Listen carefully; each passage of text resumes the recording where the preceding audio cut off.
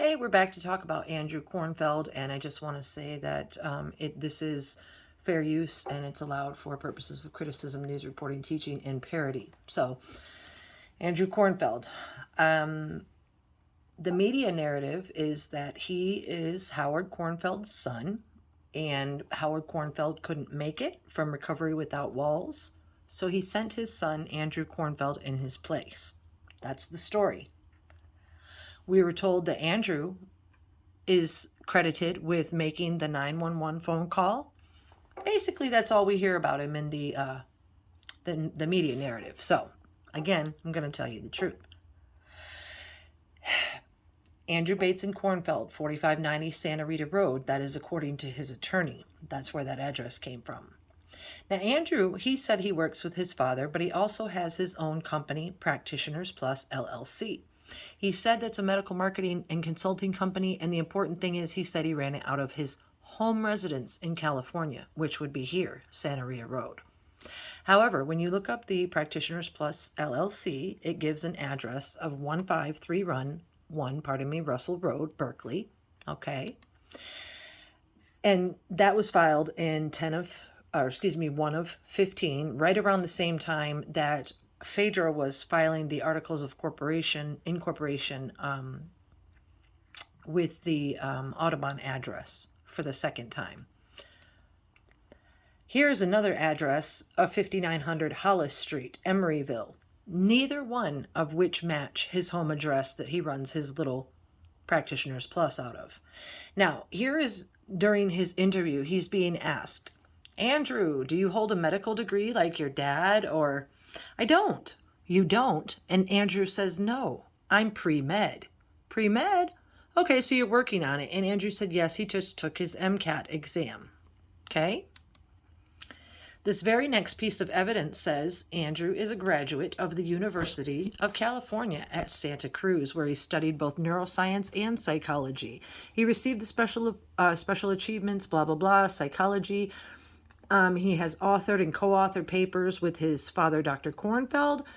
More importantly, down here, you guys, his interests in brain science and psychopharmacology, they complement his work at Recovery Without Walls. Psychopharmacology, people, if you're not aware of what the science of psychopharmacology is, well, it's a lot of things. Media will tell you that it's working for people with, anxiety and depression and, various things, and that they're experimenting with mushrooms and different things, LSD, to relieve, pain and all kinds of past traumas. However, psychopharmacology, which Andrew specialized in, at least one of the Andrews, it's also used by the Illuminati, by the programmers, and that's what this says, that the programmers, the pharmacology gives them a vast array of mind-altering and body-altering drugs. A lot of these drugs, they're not used to directly alter the mind, but to change the body, to make the skin burn, make a person vomit, etc. There's a lot of things that you can read up on yourself. They used it, says here, it's talking about Thorazine was used regularly at CIA's Jonestown. Survivors of Jonestown have testified to its effectiveness. After the gruesome experiment in mind control came to an end with the massacre, large amounts of drugs were discovered. Just one locker had 11,000 doses. And that's with the MK Ultra CIA experiments, of course, Monarch Mind Control, MK Ultra, that they don't talk about, but it does have to do with psychopharmacology. And this is the book that he co-authored, New and Emerging Drugs of Abuse, outlined pharmacology and policy of, I just said that, new and emerging drugs. Now, what I wanted to say here, too, was even People magazine said that Kornfeld graduated from the University of California and studied both neuroscience and psychology. So you got to wonder why this Andrew that's being interviewed says he's pre-med and he does not hold a degree. When you're investigating the investigation, notice that this ICR number is 1601. And when you get to the other one, it's 16000. This is more the investigation that had to do with what the DEA was looking at. They were trying to figure out how the drugs made it into Paisley Park. So anyway, psychopharmacology, that's Andrew. That's what he specializes in. And you've even got People magazine giving you one of his identities. I also wanted to note real quick that They tell us that Andrew's involvement was simply because Andrew sent him out to find out what was going on. But Kieran Shaw told me, this reads, that Phaedra's sister suffered from drug addiction and received treatment from Dr. Kornfeld and Recovery Without Walls. That was the connection between them and Prince. Phaedra set it up after her sister had gone there. So that's another lie. Now, this is just details on how Andrew's backpack containing controlled substances, the Apple MacBook Pro, was seized from Andrew, and it was being held by Carver County. Now, this I'm going to skim real fast, you guys, but I'm going to put the link in there so you can go back and look at it, because there's about 8 to 10 different scenarios here about the backpack that Andrew had. This one says before they left the studios, Andrew requested if he could get his backpack and Marone's purse from an office located down the hall. Okay. He says, I told him I would have to go with him to collect those items because he was unsure of the exact location as he had never been there before. Then it says he escorted Andrew to an office he identified. The important thing is to remember that they're talking about an office. The office was located on the west side of the building. It's a larger office located off one of the larger recording studios. Andrew said that he was brought, now that's important, he was brought to that office after they arrived at the complex. Okay, so listen. The next one says, I interviewed Andrew. After the interview with Andrew, I seized the backpack he said belonged to him, instead of the scenario that we just read where Andrew was led him to the office and then he let him pick it up. What it is, you guys, is there's a scenario where they said that they were there waiting in an office. I asked again when they arrived at Paisley Park. He told me between 9 and 9:15. I asked how long he was in the office before Prince was discovered. He said 10 to 15 minutes. Andrew said Kirk left first, came back. He said Kirk looked nervous, like he had interrupted Prince. He believed Kirk found Prince first, and then Marone went with Kirk. He told me Marone was originally with him in the office when Kirk first went to go look for Prince. Now listen, before I go any further, what I want to say is Andrew just admitted that Kirk left first and came back. Kirk was nervous, like he interrupted Prince. That means Kirk found Prince, not Andrew. And then Marone went with Kirk, blah, blah, blah. So the reason I'm saying that is because later on, it gets to the point where Andrew was credited with the Good Samaritain Award of Minnesota and not charged for all the drugs that he brought because he called 911.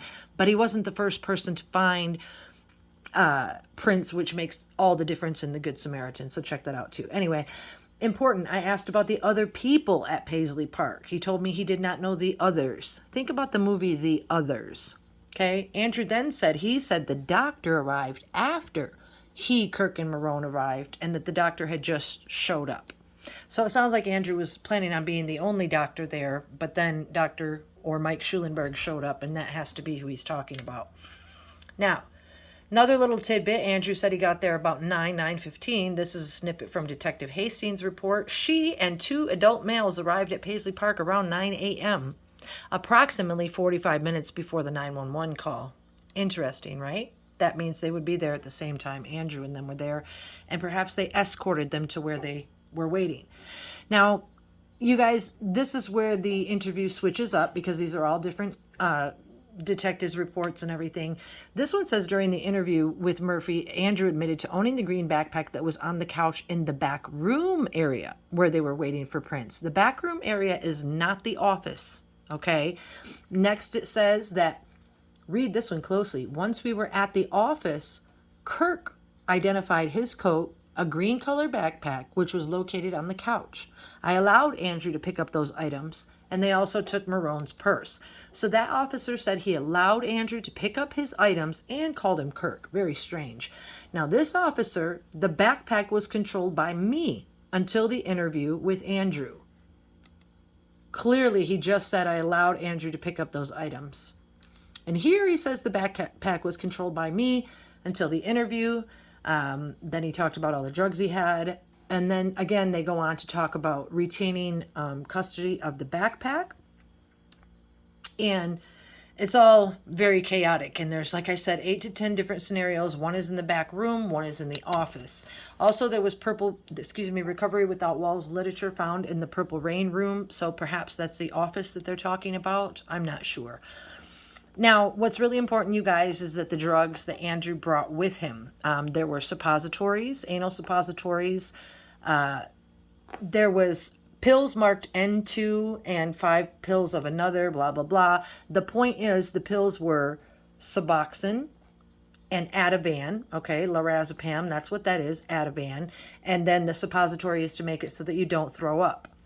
The pills marked with N2 from my research are Zolpidem, which is Ambien. So according to this, which is part of the report, he brought Suboxone, Ambien, and Ativan, amongst other things. Andrew did. Okay. So now bupropion, you guys, which is Suboxone, it can cause seizures and irregular heart rhythm, and is very life-threatening when you have low levels of electrolytes, which the enemas would cause. So I just wanted to bring that up because the Suboxone is a really big deal in this investigation. Now, then they go on to ask Andrew, do you have any other medications on your person? Not in your backpack, but on your person. And he says, no, or just one little bag. Pardon me? Just one bag. That's what he had on his person, not his backpack. This is the book he brought with him, all about psychedelic drugs. Now, even I put in these snippets from People magazine to let you guys know that it says here that Andrew turned over the Suboxone, and his attorney said that Andrew shouldn't face legal action because Minnesota law states that any person who seeks medical assistance for someone who is overdosing on drugs may not be prosecuted for possession. That's what I'm talking about, the Good Samaritain law, of which Andrew does not qualify because he was not the first person to find this prince, because other people can manipulate the body and move drugs and all kinds of things. So you have to fit the criteria of the Good Samaritan law, which Andrew does not. Anyway, it's important to know, you guys, that they say Andrew called 911, but then when you're reading the 911 report towards the end, dispatch, Kaylee, this is Shirley at Ridgeview. You can cancel anybody going to Audubon. Confirmed DOA. Okay, thank you. Bye. Now, what's really interesting, too, in case you guys don't know, Ray Roberts, Prince's chef, had a prescription for Suboxone. He openly admitted to having that prescription of Suboxone, which is interesting because that's what Andrew had. That's one of the things they specialize in. And I have this picture of Andrew and Ray Roberts next to each other. Now, granted, one is wearing glasses and one is not. The reason I did that is because when you read the reports, the detective said that when he showed up, he was being flagged down at the door by somebody wearing a black button-up shirt. Ray Roberts wears a black button-up shirt. Andrew Kornfeld, they could be mistaked for each other, depending on the situation. Absolutely, positively. So, I've reported on it before, and this isn't about Ray Roberts, but Kirk Johnson, when being interviewed the morning of the 21st, said that there was no reason for the chef to be there that early. So I have disclosed before that Ray Roberts was allegedly there the morning of the 21st. So, and he has Suboxone as well. Now, allegedly, Andrew Kornfeld said he had never spoken to or met Prince Rogers Nelson before, and that everything was arranged through Johnson and a female by the name of Phaedra. Okay, Kornfeld said he was supposed to meet with Prince, get additional information, and give him the Recovery Without Walls information. Andrew said Kirk and Marone set up his hotel arrangements at the Country Inn and Suites. They checked Andrew into the hotel, but they did not go into his room. The way this reads, you guys, you already know, as I disclosed on Schulenberg's video like this one, that when Schulenberg texted Kirk at 8:15 in the morning, and Kirk said, I'm here with him, giving him something to take the edge off, then they say they checked him into the Chanhassen Country Inn at Suites. They checked the time, and it was said to be 8:45 in the morning. So that couldn't possibly be true. Because, again, we have Andrew, it's reported that Andrew and Kirk and Marone had breakfast together. And here is where Andrew says that Kirk and the girl they wanted to give Prince lots of privacy, that he was expecting to land and first thing in the morning go to meet with Prince. But they wanted to give him his privacy. So I went to my hotel and we met together. And they were concerned about him because they hadn't heard from him, and I kind of encouraged them to like check on him. So he just said they hadn't heard about and then corrected it to heard from him. So they're doing real shady stuff again with timing and everything else, you guys. Obviously my screen got a little doinked up there. Hold on, let me back this up. Sorry about that. So yeah, the story, the media scenario is that they rushed right over there, because they hadn't heard from him and blah, blah, blah. But then here we have Andrew, one of the main characters, telling us that they wanted to give him lots of privacy. And so then the detective is going on. Andrew was talking about how he got there at 9:15. He was sitting in there with Rona, blah, blah, blah. And then he said, and Kirk came back and was like nervous because he didn't want to interrupt Prince or something like that. So do you think Kirk found him first, and then I think Kirk, and I say, you think Kirk what?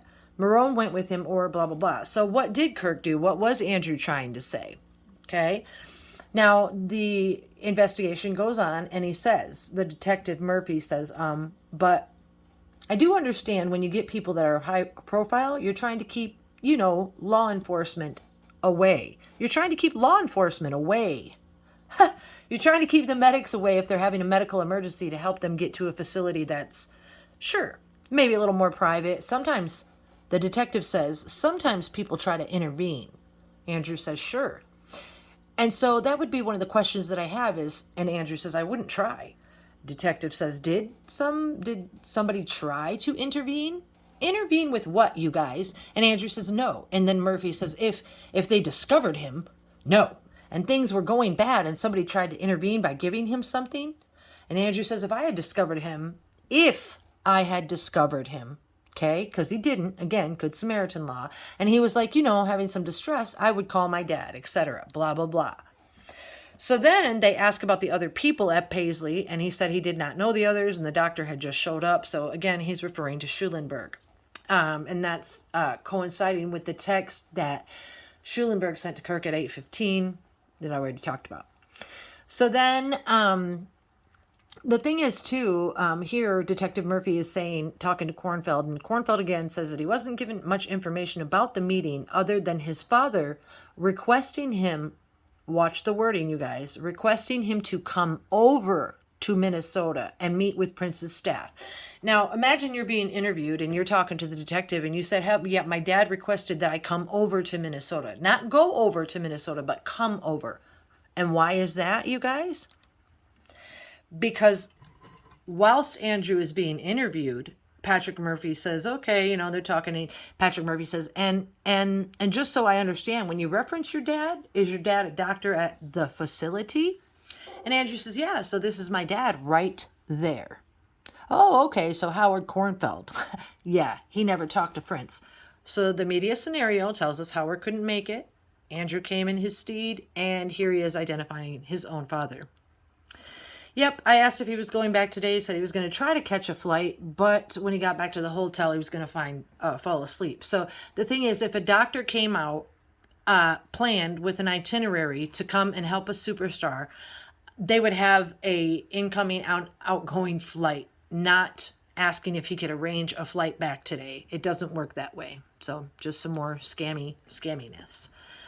You guys, here this says on 5/23, this is really important as far as the dates that they lie about. On 5/23/2017, Murphy requested that they complete the examination on the Apple MacBook Pro belonging to Andrew, Bates, and Kornfeld.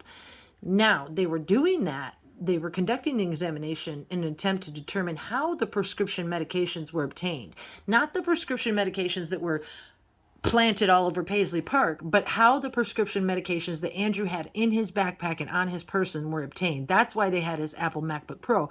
But the fact that it says on 5/23/2017, they conducted that interview, it's interesting, or the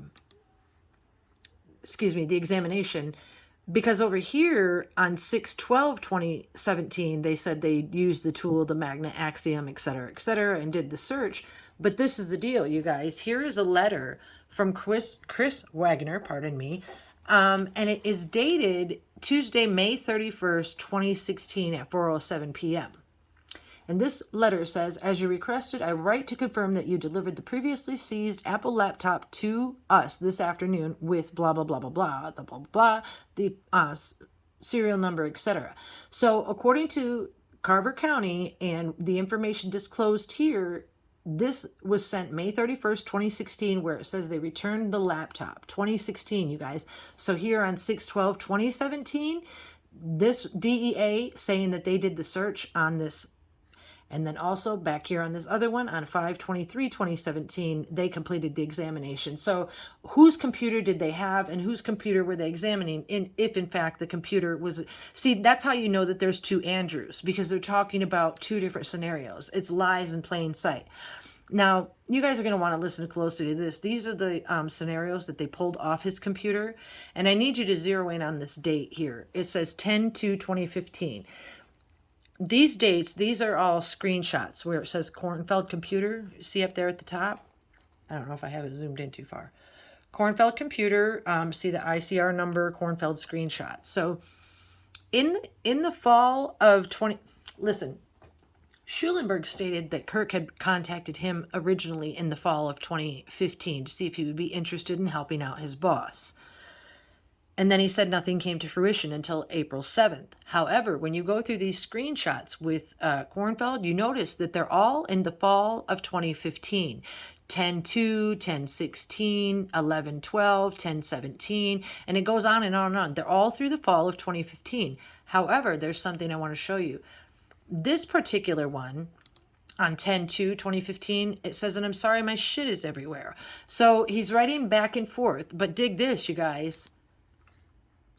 One of the receipts with all the enemas over at Paisley Park, that's not even the right shot, I'm sorry, is dated 10/1/2015. Oh, there it is. Yes, it is. Or you just can't see it. Let me back out of there. Sorry. 10/1/15. This receipt is the one where this person is purchasing all the enemas, a Vogue magazine, a Maxim magazine, which is interesting, and then razors and stuff like that. So on 10/1/15, there's that. And then you see all the enemas and razors and everything under the sink over there at Paisley Park. And the fact that Andrew is writing on 10/2/15, just a day after the receipt, sorry, my junk is everywhere. Sorry, I cursed the first time.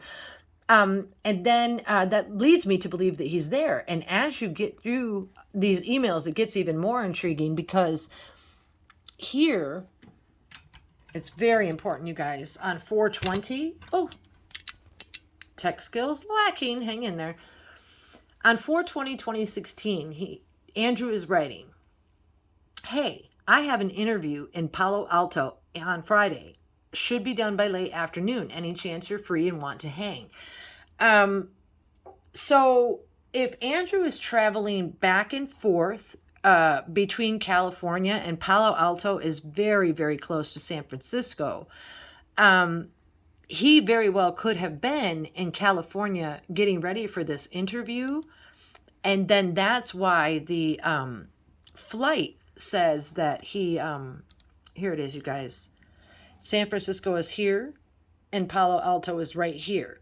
So if Andrew was already there doing an interview on the 20th, and he came for a red-eye flight from San Francisco on the evening of the 20th, that's why he was coming from California, because here he is telling this person that he has that interview and it should be done by late afternoon. So am I saying that all these things are absolutely 100% true? No, but they sure do go together. And that's what we do here at this channel, is disclose the truth. And I will never stop, you guys. I just won't stop. These emails go on and on and on. And one of them that I found really disgusting was here in the fall of 2015.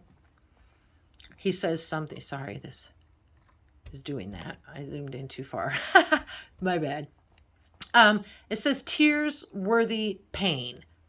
And as I've talked to you guys before, psychopharmacology and all the lookalikes and all the clones and all the different things that they're doing as part of this investigation is heinous. It does have to do with things that you guys, you're going to have to try to start wrapping your mind around. If you watch the other videos and the 1 + 1 + 1 is 3, you notice that the things that I am attempting to disclose on my channel are really deep and really trippy, but they're all true. It's like the song Hypno Paradise, the other one, How'd They Keep Me Under, how they learned hypnosis, how'd they keep me under for so long. These, like I said, all the clues are in the lyrics, and I didn't spend 39 years stalking the one and only True to let him go down as a washed up singer. It ain't gonna happen. So again, thank you for watching. I bless you guys to come back and learn more and to share these videos, because the truth is going to come and you want to prepare your own self for it. You need to get to know who this one we knew as Prince Rogers Nelson actually is, and why his life was shrouded in mystery, and stop denying that there is evil in the world, and they want to do things that I'll talk about in other videos, but these are just some of the players that achieved it and making it happen. It's like the bigger the cover, the bigger their excitement, and what bigger cover than the big white mansion at the end of the road. Know what I'm saying? Mwah! Come back and watch more. Thank you.